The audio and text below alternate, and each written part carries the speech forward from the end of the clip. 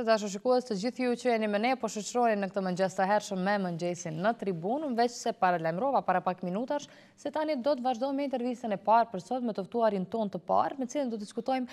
shumë tema, kemi shumë çka për të folur. Bëhet fjalë për Labinot Maliqi, studiues i fesë islame dhe imam, cilin kemi kënaqësinë ta kemi sot në studio të mëngjesit në tribun për herë të parë. Labinot, mirëmëngjes, mirë se erdhët në studion tonë. Mirëmëngjes, faleminderit për ftesën, është kënaqësi të jemi në emisionin e juaj. Labinot, po puna jote, përvoja jote dhe njohuritë tua gjithçka tjetër, thash edhe më herët kemi shumë çka për çka diskutojmë. Ndoshta do të filloja bisedën me çështjen e diversitetit fetar, një temë ndoshta që në vazhdimsi diskutohet edhe përmendet nga gjithë ne. Sa kemi diversitet fetar në Kosovë, si e vlerëson ti për perspektivës tënde? Po, diversiteti tek ne në Kosovë, sidomos në të gjitha trojet shqiptare, padyshim se është një prej vlera më të mëdha që i gëzon shoqëria jonë, populli jonë, vatani jonë. Dhe kjo vlerë është kultivuar dhe është bartë brez pas brezi tek të gjitha gjenerata deri tek gjenerata jonë, dhe ne me çdo çmim do ta paguajmë dhe me çdo kusht do të mundohemi që këtë vlerë ta trashëgojmë edhe tek brezat e ardhshëm, dhe kështu t'u lëm amanet atyre që kjo vlerë tjetë e vazhdueshme dhe të trashëgohet brez pas brezi, sepse është një diçka shumë e çmueshme, që është një pasuri që jo çdo shoqëri në këtë shekull, në këtë kohë e gëzon. Dhe kjo padyshim se neve na bën të mburremi, dhe kudo që shkojmë ne mburremi me këtë vlerë që e kemi, sepse është diçka shumë e rëndësishme, shumë e dobishme, ku kjo ja mundson që gjitha konfesionet, gjitha komunitetet fetare të jetojnë në harmoni me njëri tjetrin, dhe kështu ne kemi pasur një harmoni pothuajse shumë të madhe dhe të kënaqshme deri në këto momente me gjitha konfesionet, me gjitha komunitetet fetare. Unë personalisht kam raporte shumë të mira me Priftrin, me disa persona që i takojnë besimit hebrej, me disa edhe ata cilët nuk besojnë fare, ne asnjëherë nuk i përjashtojmë nga mesi shoqërisë tonë, sepse ne i shohim gjithë njerëzit fillimisht si krijesa të Zotit, dhe kjo neve na shton dashurinë ndaj tyre, sepse derisa ne e duam Zotin, i duam edhe krijesat e Tij, pa asnjë kusht. Pra kjo mendoj që është një vlerë shumë e madhe që ja vlen të krenohemi kudo që jemi. Po, kur jemi tek feja, kur flasim edhe për fenë islame, e dim që një temë tjetër që është diskutuar, që në fakt nuk ka të bëjë tamam me fenë e pastër islame, kemi parasysh, është çështja e ekstremizmit të dhunshëm, që është bërë temë tani më anë mban botës, por që nuk e di, e kam përshtypjen që kohëve të fundit kemi pas një ramje edhe të diskutimit, por edhe të fokusit qoftë mediave, qoftë vëmendjes tek kjo temë. Tamam. A është një indikacion pozitiv kjo? Po patjetër se është shumë pozitive, dhe vitin e fundit pothuajse ka pësuar një ramje të madhe, kjo dukuri negative. Dhe kjo ramje ka pësuar për shumë arsye, ka pësuar për shkak të interesimit dhe barrierave që i kanë mundsuar shteti përballë kësaj dukurie negative, në bashkëpunim me krerët fetar, me imamët, me Bashkësinë Islame, me gjithë aktorët, cilët kanë sadopak ndikim në shoqëri, që në mënyrë të vetëdijsohen njerëzit dhe ta kuptojnë, sidomos ne vazhdimisht, çdo javë, çdo ditë me xhamatin tonë, me besimtarët e tonë, mundohemi që të sqarojmë se me të vërtetë një dukuri të tillë jo që e proklamon feja jonë, mirë po e lufton në çdo segment të saj. Dhe fatmirësisht kjo ka një ramje të madhe, dhe ne lutemi që dhe shpresojmë shumë që kjo ramje të vazhdoj deri skajshmërisht dhe të zhduket tërësisht nga shoqëria jonë. Mirë po, ajo çfarë ne nuk duhet të bëjmë në krye me krerët politik të vendit tonë, politik bërësit, që të mos t'i japin një honë të madhe kësaj çështje, sepse këtë e dëshiron më së shumti Serbia, që vendi jonë të njihet dhe të etiketohet si një vend që mbjell radikalizëm, ka shumë persona cilët kanë shkuar në Siri, pra nuk po themi që duhet ta heshtim, mirë po jo edhe që t'jetë një temë e ditës, e natës, e muajit, e vitit e kështu me radhë, mirë po më shumë punohet që të luftohet kjo dukuri negative se sa të flasim rreth saj. Po, pikërisht e përmendet edhe ju ka pasur, fatkeqësisht, ka pasur raste që shumë të rinj, por edhe persona të tjerë më në moshë kanë shkuar në Siri për t'ju bashkangjitur kësaj lufte. Po cila ka qenë ndoshta arsyeja që i ka shtyr personat e tillë për me marrë një vendim? Siç është ky për të shkuar dhe t'ju bashkangjitur kësaj lufte, e cila në shumë raste ka përfunduar dhe me fatalitet për jetën e shumicës prej tyre. Po, fatkeqësisht ka shumë arsye të cilat kanë ndikuar në shkuarjen e njerëzve, besimtarëve, që t'i bashkangjiten kësaj lufte famkeqe. Sepse atje më së paku luftohet për hir të Zotit. Pothuajse atje njeti i kryesorëve është kryesisht që materializmi dhe qëllimet që të arrihen qëllimet në këtë botë. Pra pasuria e shumë gjëra që janë të rëndësishme në ato treva. Pra ka prej atyre cilët janë manipuluar, nuk e kanë njoftur shumë mirë gjendjen aktuale se çfarë mbretëron në Siri. Dhe ka prej atyre njerëzve që e kanë manipulu besimin e tyre të pastërt, sepse ata e kanë dashur atë shumë fenë e tyre dhe janë tmerruar me pamje që kanë ardhur nga Siria dhe disa e kanë manipuluar besimin e tij të pastërt, zhgënimin, dëshpërimin e tyre. Dhe duke i thënë se apo e sheh se çfarë po bëhet atje, po dhënohen motrat dhe gratë e muslimanëve, po persekutohen dhe po vriten dhe masakrohen fëmijët e muslimanëve, kështu me radhë, duke ja shpërlar trurin e tyre, kështu i kanë manipuluar disa të rinj cilët të pafajshëm kushtimisht, dhe ata me njetin e mirë që të shkojnë dhe ta përmirësojnë një gjendje atje, mirë po ka dhe prej atyre cilët kanë shkuar atje që t'ju ikin problemeve në Kosovë, që t'ju ikin shqetësimeve, borxheve, belave, cilat i kanë shkaktuar ata më herët në shoqërinë ku ata kanë jetuar në Kosovë. Por fatmirësisht kjo shkuarje atje është në rënje dhe vetëdijsimi çdo herë më tepër është duke u bërë më gjithë përfshirës në gjithë Republikën e Kosovës dhe kjo duhet jetë e vazhdueshme, e sidomos nga prisit fetar, sepse luftuesit më të mëdhenj të kësaj dukurie janë imamët, sepse ata janë më të dëgjueshëm nga besimtarët e tyre, se sa qeveria, se sa policia, se sa kjo është shumë e natyrshme për shkak se ata xhamit tona frekuentohen nga besimtarët, pikërisht nga disa prej atyre cilët edhe kanë marrë rrugën që të shkojnë në Siri. Pra sikur ndëgjohen hoxhallarët, do të jetë një hap shumë pozitiv për gjithë besimtarët, sepse hoxhallarët nuk thonë asgjë tjetër nga vetvetja e tyre përveç se çfarë mëson feja islame. Pra një dukuri të tillë, feja islame e lufton në çdo aspekt. Po me që përmende pjesën e vetëdijsimit, patjetër që sado që kemi rënje për fat të mirë të kësaj dukurie, vetëdijsimi asnjëherë nuk është i mjaftueshëm, gjithmonë duhet punohet në këtë drejtim, po në anën tjetër ndoshta edhe të ofrohet një përkrahje për ata që vetë se kanë parë gabimin e tyre dhe dëshirojnë ta rregullojnë atë. Në këtë drejtim, sa është bërë nga organet e institucionet kompetente dhe cili ka qenë bashkëpunimi në këtë rast i imamëve me organet, qoftë drejtësisë, qoftë institucionet përkatëse, që janë thirrura për këtë pjesë? Ne kemi dieni edhe pse në këtë emision ne nuk përfaqësojmë Bashkësinë Islame, po nga ajo çfarë ne dimë është se Bashkësia Islame është ajo e cila ka një bashkëpunim shumë të afërt me policinë, veçanti me drejtorinë antiterrorizëm, dhe ky relacion i mirë mes Bashkësisë Islame dhe Policisë së Kosovës ndikon që edhe imamët edhe zyrtarët e lartë Bashkësisë Islame të shkojnë dhe të kenë një raport të afërt dhe të drejtë për drejtë me të burgosurit, cilët i ka burgosur policia e Kosovës, ata cilët kanë marrë rrugën apo janë kthyer nga Siria në Kosovë, dhe kështu është duke u bërë një trajtim i veçantë ndaj të kthyrëve dhe është duke u përgatitur një plan i veçantë ndaj atyre cilët do të kthehen në të ardhmen, mirë po unë shpresoj shumë që duhet të gjej edhe një alternativë tjetër policia e Kosovës, politikbërësit në Kosovë për të kthyrit, që të mos jetë alternativa e vetme burgosja e tyre, por të jetë edhe një alternativë tjetër, një mundësi tjetër ndaj atyre cilët janë penduar dhe këtë e dëshmojnë në mënyra të ndryshme pendimin e tyre, pishmangllëkun e tyre, dhe kjo padyshim se ju jep atyre guxim që të kthehen, por që se policia e Kosovës i ofron një alternativë tjetër përveç burgosjes së tyre.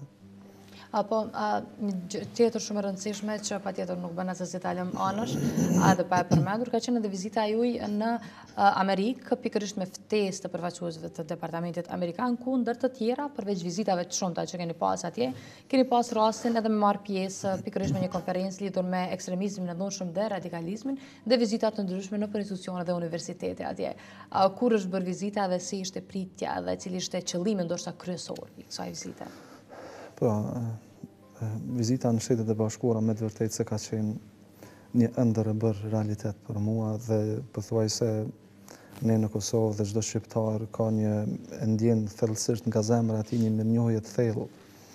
ndaj Shteteve të Bashkuara, jo pse Shtetet e Bashkuara janë një perandori më e madhe moderne bashkohore, mirëpo për faktin se ata kanë bërë shumë që ne ta gëzojmë këtë liri dhe ne të jetojmë lirshëm dhe të frymojmë lirshëm. Dhe kështu sot e kësaj dite Shtetet e Bashkuara të Amerikës sigurojnë edhe stabilitetin, edhe mirëqenien, edhe çdo gjë që ka të bëjë me sigurinë e vendit tonë.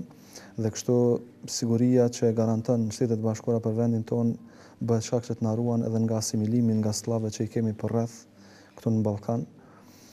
Ftesa më është bërë nga Shtëpia e Bardhë, nga disa zyrtarë të cilët ne kemi raporte të afërta brenda Shtëpisë së Bardhë. Unë kam pasur vizitën në Shtëpinë e Bardhë në 28 nëntor dhe kjo mundësi na është ofruar duke na dhënë mundësi alternative 3 data që t'i zgjellim, 28, 29 dhe 30 nëntor dhe ne kemi zgjedhur datën 28 nëntor për shkak simbolike saj, vlerës saj që ka për neve, pra që është përvjetori i pavarësisë së Shqipërisë. Dhe ne kemi pasur pra me 28 nëntor në mëngjes një vizitë brenda Shtëpisë së Bardhë. Pastaj, pas ditën e 28 nëntorit, ne kemi pasur një takim të ngjeshur, një takim shumë të rëndësishëm me zyrtarë të lartë brenda Departamentit të Shtetit Amerikan. Si duket nga regjia dhe po na i vendosin disa prej fotove që pikërisht kanë bëjnë me vizitën e juaj? Po, këto jemi para hyrjes në Shtëpinë e Bardhë. Kjo padyshim se kurse këtë libër e kam ble dhe jam fasionu dhe jam habit shumë kur e kam pa se një libër i tillë nga Thomas Jefferson, përshtypjet e tij për Kur'anin, përshtypjet e tij për fenë islame, gjendet ky libër në librarinë e Kongresit Amerikan, së bashku edhe afër tij qëndron edhe Kur'ani, libri i shenjtë i muslimanëve. Dhe këtë libër jam duke e lexuar dhe me të vërtetë jam i fasionuar nga përshtypjet e Thomas Jeffersonit, se çfarë ka pasur për diversitetin në Amerikë, e në veçanti se si ai e ka shikuar me syrin pozitiv që edhe muslimanët duhet të jenë pjesë ekzekutive e shoqërisë, e qeverisë amerikane dhe politikë bërjes në Shtetet e Bashkuara të Amerikës. Këtu jemi para Shtëpisë së Bardhë, këtu në librarinë e Kongresit Amerikan, ku kemi pasur mundësi njëkohësisht të takojmë edhe shumë miq nga Shqipëria dhe Departamenti i Shtetit. Këtu brenda Shtëpisë së Bardhë. Pra ky është Kur'ani që qëndron afër librit të Thomas Jeffersonit, përshtypjet e tij për Kur'anin dhe fenë islame në librarinë e Kongresit Amerikan. Në librarinë e Kongresit ne kemi pasur mundësi me 30 nëntor të bashkangjitemi dhe përvjetorit pavarësisë së Shqipërisë, organizuar ky përvjetor nga ambasada e Shqipërisë në Washington, ku ka pasur mysafirë të ndryshëm, ku unë njëkohësisht kemi pasur mundësi të takojmë edhe mikun tonë më të madh, Elliot Engel, siç e pam në foto, këtu jemi brenda Shtëpisë së Bardhë. Me të vërtetë se këtu na kanë fasionuar dhe tani po na emocionojnë se qëndrimi në këtë vend, qëndrimi në shtëpinë më të veçantë që prej ku kanë buru dhe prej ku janë nxjerrur vendimet për që vendi ynë të jetë i lirë, neve na bën gjithmonë mirënjohës dhe falendërues ndaj këtij shteti. Patjetër. Këtu në librarinë e Kongresit në përvjetorin e pavarësisë së Shqipërisë kemi pasur mundësi të takojmë shumë miq, shumë njerëz të dëshmuar, siç është edhe zoti Elez Biberaj. Unë kam pasur mundësi të takoj edhe zëvendës drejtorin e Institutit për Paqe, United States Institute of Peace, siç është ky në foto, kam pasur një takim shumë të frytshëm së bashku me të. Kurse ky është takimi që kam pasur në Departamentin e Shtetit Amerikan, ku më është bërë një pritje madhështore nga mbi 20 zyrtarë dhe përfaqësues të zyreve të ndryshme brenda Departamentit të Shtetit. Në Departamentin e Shtetit. Krahas këtyre vizitave dhe takimeve të një pas njëshme, pjesëmarrja në konferencë, cilat ishin ndoshta përshtypjet tuaja edhe sa ke arrit që gjitha ato që janë diskutuar, gjitha ato që janë mësuar një farë forme në këtë konferencë të përcillen mbrapa këtu në Kosovë. Me siguri që janë trajtuar në detaje gjitha ato çështje që kanë të bëjnë me temën shumë përfolur të këtij viti, siç është ekstremizmi i dhunshëm dhe radikalizmi. Në konferencën cilën unë kam marrë pjesë, ka qenë konferenca organizuar nga Këshilli Atlantik,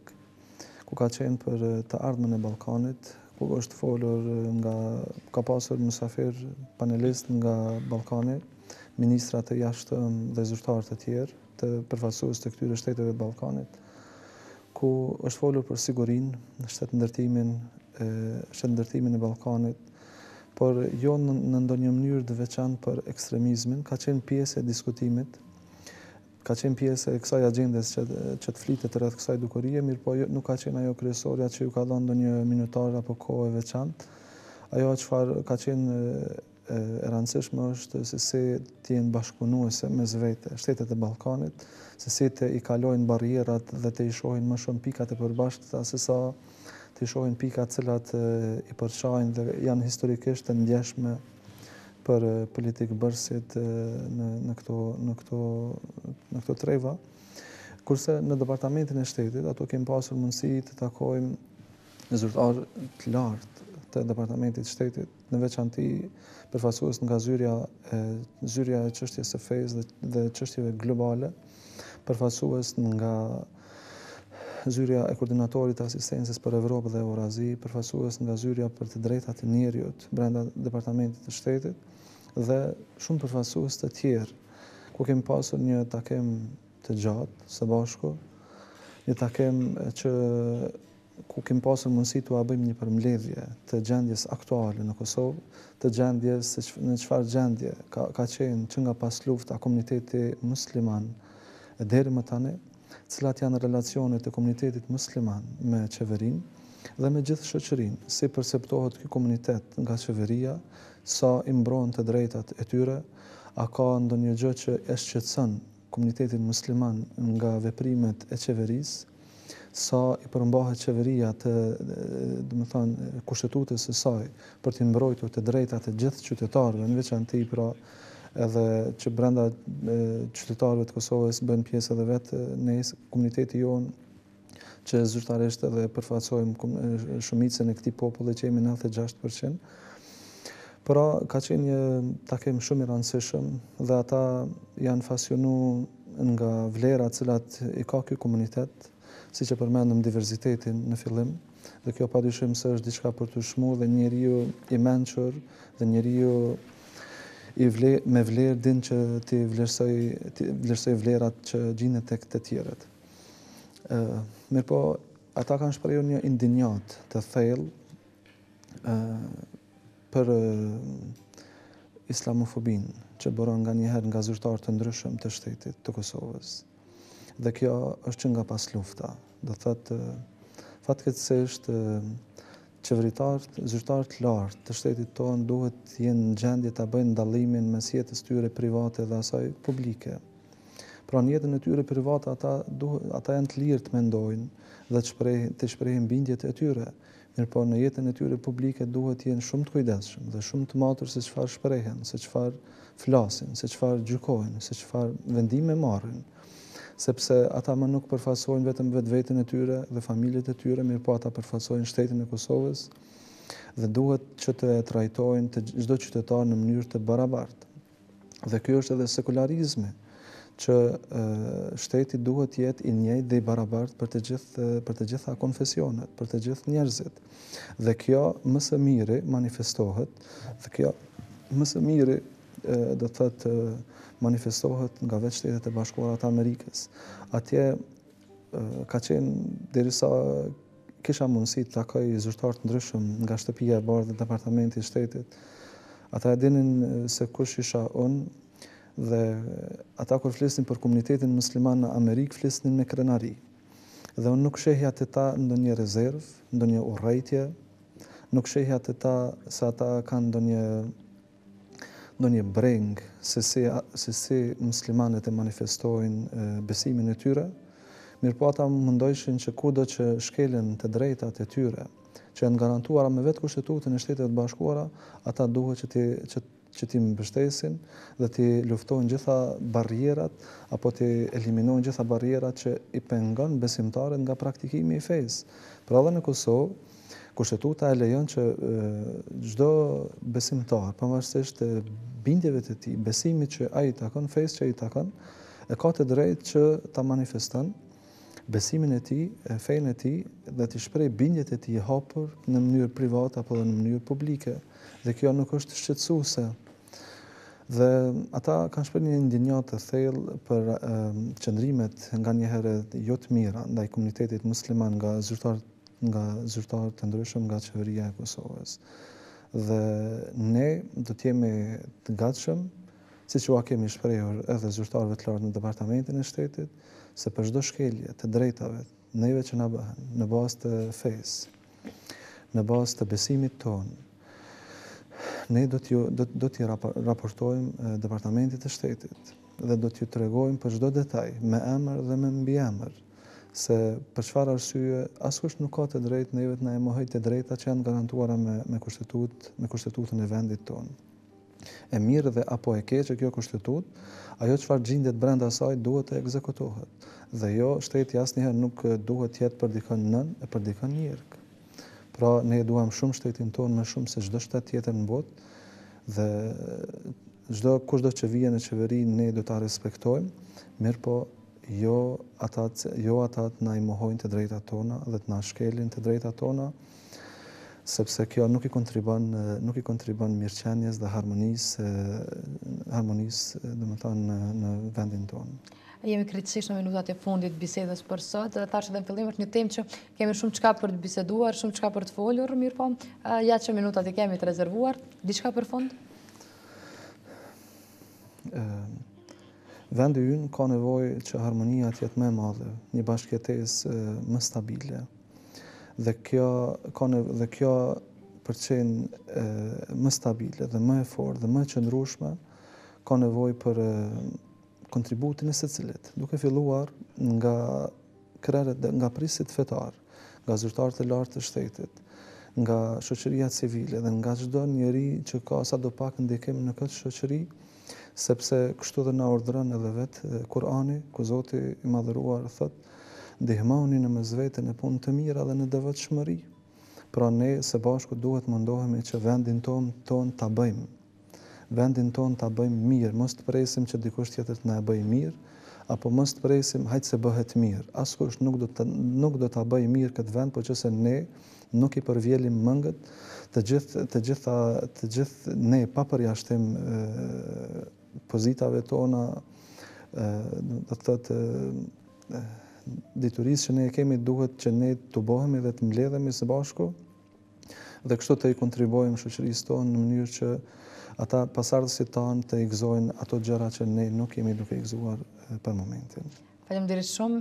që pranuat ftesën për të qenë mysafir programit tonë. Faleminderit shumë, me kënaqësi.